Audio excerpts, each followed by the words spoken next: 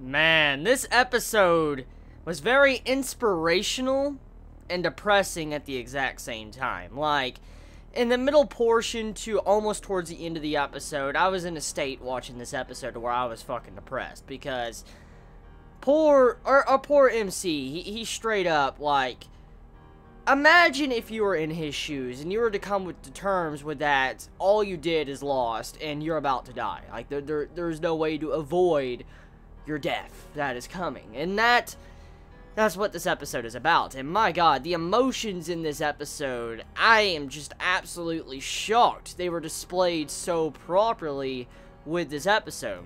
Like, that breakdown scene, best scene of this episode, best scene of the series, hands down. I don't think I have seen a better executed scene from this series compared to that breakdown scene of our MC when he starts slinging everything in his room all onto the ground. He's really upset.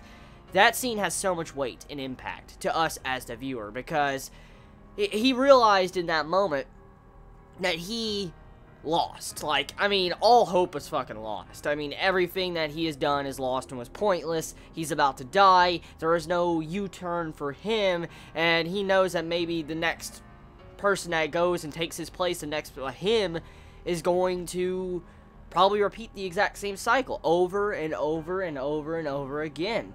And you gotta look at it like that. Like, you realize if you were in that state and something like that happened to you, you realize how majority of us would all just be depressed as fuck. Like, well, we would be extremely depressed if something like that was happening to us.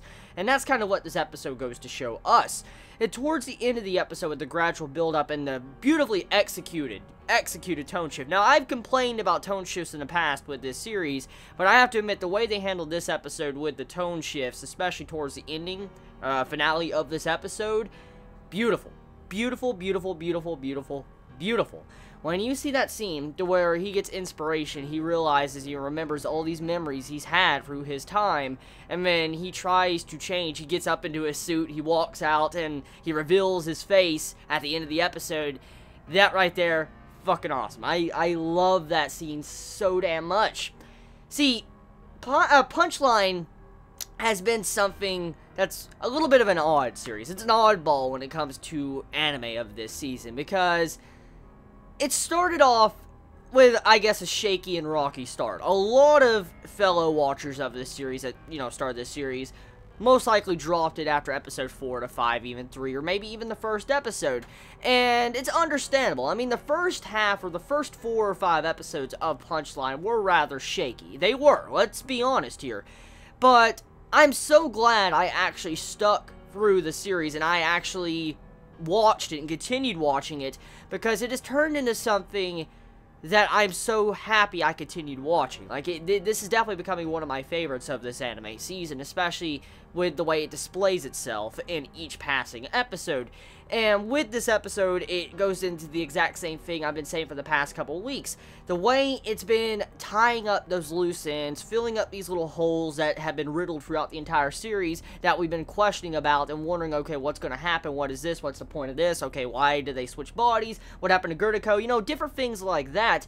And a lot of us have been asking these type of questions. And I am so glad the writers of this series are going back, backtracking, and actually just filling in all these different plot points and just answering everything slowly. And so far, this is becoming a very beautiful package as it continues on. Like, the package of the series feels very complete so far. Like, a lot of the questions we've all wanted to know has already been answered. Majority of them have. And it's going even further to explain even further than what it has been doing in some other anime. Like, other anime wouldn't go to the extent that Punchline has done. So, yeah, I mean, Punchline is definitely delivering that punchline, even though that's kind of, corny what I just said. It's still the point, though.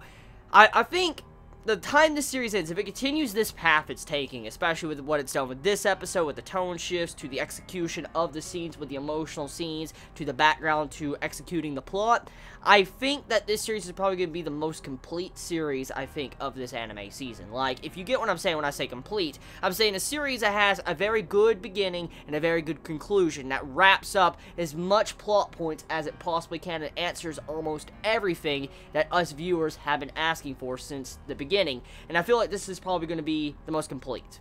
I'm willing to bet it probably will if it continues what it's doing. So yeah, Punchline, amazing this week. I can't just believe how great it's become in just the past 4 to 5 episodes. Like, it really has done a huge U-turn. Wow, that's a fucking ironic, actually. Holy shit, I didn't even realize that, but yeah, it's done a huge U-turn to what its first half did. The second half has been, damn. So yeah, you all, tell me your thoughts. How do you feel about Punchline? How do you feel about this episode? How do you feel about the reveals? How do you feel about, you know, what was going on in this episode? And I mean, do you feel like the series is going to continue to impress us? It's going to continue doing what it's been doing. It's going to wrap up all these different things. And it's going to have a very solid execution with the ending. Let me know. You all have a wonderful day or night wherever you live. Please be safe. Chibi out.